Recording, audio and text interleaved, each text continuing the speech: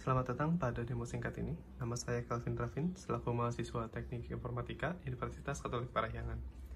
Sekarang saya akan menjelaskan mengenai topik skripsi saya, yaitu pengembangan aplikasi pemantauan rumah multiparameter berbasis OSN.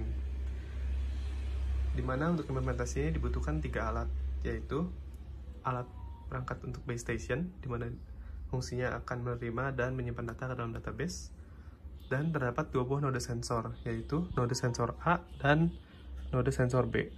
Dimana untuk node sensor A itu sendiri, dia akan dilengkapi dengan sensor pendeteksi kebocoran gas dan sensor untuk mendeteksi suhu dan kelembapan ruangan. Dan untuk sensor B itu sendiri, dia akan mendeteksi pH air dan tingkat kekeruhan air. Dimana kedua buah sensor ini nanti akan diletakkan pada dapur untuk node sensor A, yaitu yang ini, dan untuk node sensor B, yaitu yang ini, akan diletakkan di kolam air. Di mana node sensor A akan disimpan di ruang dapur pada lantai 1, dan node sensor B sudah diletakkan pada kolam air di lantai 1. Untuk perangkat base station itu akan dinyalakan dan akan diakses via remote desktop connection. Mengakses perangkat base station, kita bisa langsung membuka remote desktop connection, lalu langsung dihubungkan kepada IP ini, yang merupakan IP dari perangkat Raspberry. Dimana setelah dikonekkan, kita akan langsung memasukkan username dan password untuk mengakses perangkat Raspberry tersebut.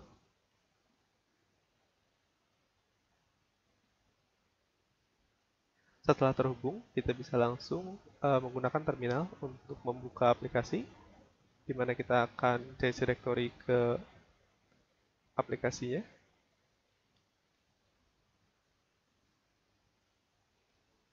Dan kita akan memulai aplikasinya. Setelah aplikasi dimulai, akan muncul 7 menu, di mana menu 1 itu untuk memulai pencatatan sensing dari sensor. Untuk menu nomor 2 adalah untuk memberhentikan pencatatan sensing apabila nomor 1 sudah dijalankan, baru nomor 2 bisa dijalankan.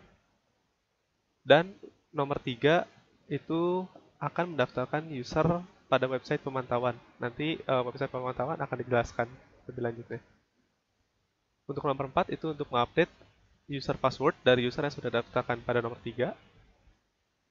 Untuk nomor 5 itu adalah fitur tambahan, yaitu user akan diberikan email apabila terdapat tanda bahaya. Nah, fungsi dari notifikasi user ini adalah apabila user tidak menginginkan notifikasi email untuk masuk ke dalam emailnya, maka notifikasinya bisa dimatikan. Namun apabila user yang ingin, maka notifikasi bisa dinyalakan untuk user tersebut saja. Dan yang nomor 6 itu adalah kalau misalnya kita ingin menambahkan node sensor baru ataupun sensor-sensor yang terpasang pada node sensor yang lainnya. Di mana manage node sensor dan sensor individual ini akan memiliki seluruh sensor ini. Yang sudah tertera ini adalah sensor yang sudah didaftarkan sebelumnya. Dan apabila pengguna ingin menambahkan node sensor baru, bisa menekan nomor 1, atau kalau misalnya dia cuma ingin menambah sensor baru saja, maka dia bisa masukkan 2. Atau kalau misalnya ingin edit node sensor atau edit sensor, itu bisa menekan 3 atau 4. Tapi karena tidak ada node sensor baru atau jenis sensor baru yang harus ditambahkan, maka kita bisa langsung menekan kembali saja. Oke, sekarang kita akan langsung memulai pencatatan sensing, di mana kita langsung menekan 1, di mana sudah ada pesan untuk sensing started. Nah, untuk proses sensing ini sendiri akan memulai thread, sehingga tidak perlu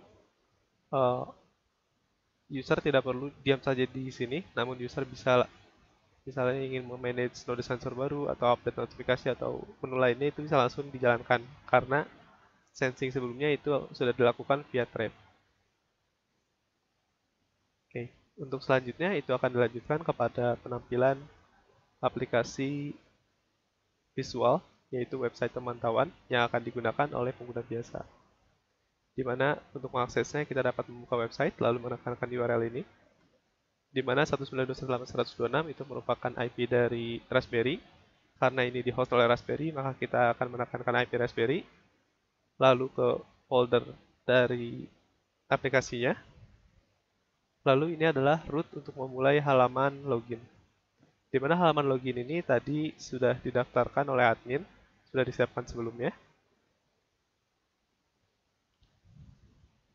Di mana apabila kita menekan login, maka kita akan langsung memasuki ke tampilan utama dari pemantauan rumah.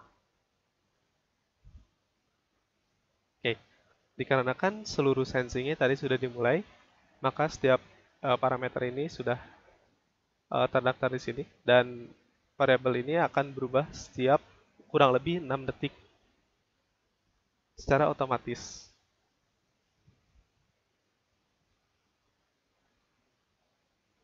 Untuk fitur dari melihat seluruh pemeriksaan yang pernah dilakukan sebelumnya, kita bisa menekan tombol history, lalu kita akan diberikan form seperti berikut, di mana kita bisa mengisikan, misalnya kita ingin mencari data untuk hari ini.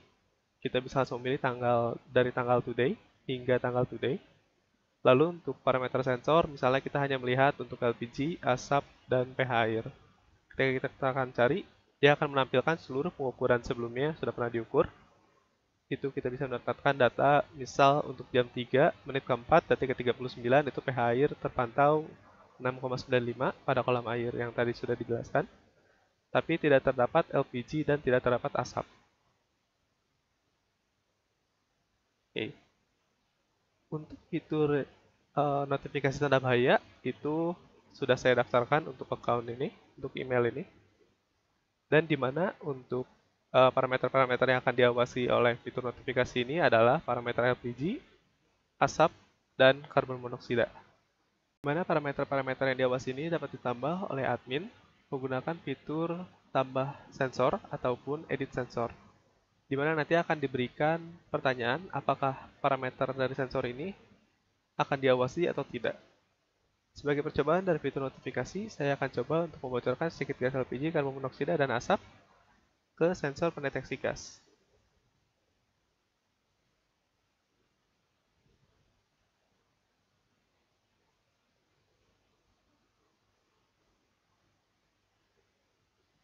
Oke, setelah sensor mendeteksi seluruh gas tersebut dan ditampilkan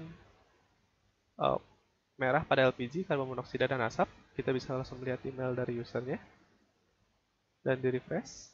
Dan kemudian email akan didapatkan oleh user, di mana mengatakan bahwa telah dideteksi keberadaan tanda bahaya dalam area pemeriksaan, di mana terdapat nilai parameter LPG menilai 39 ppm,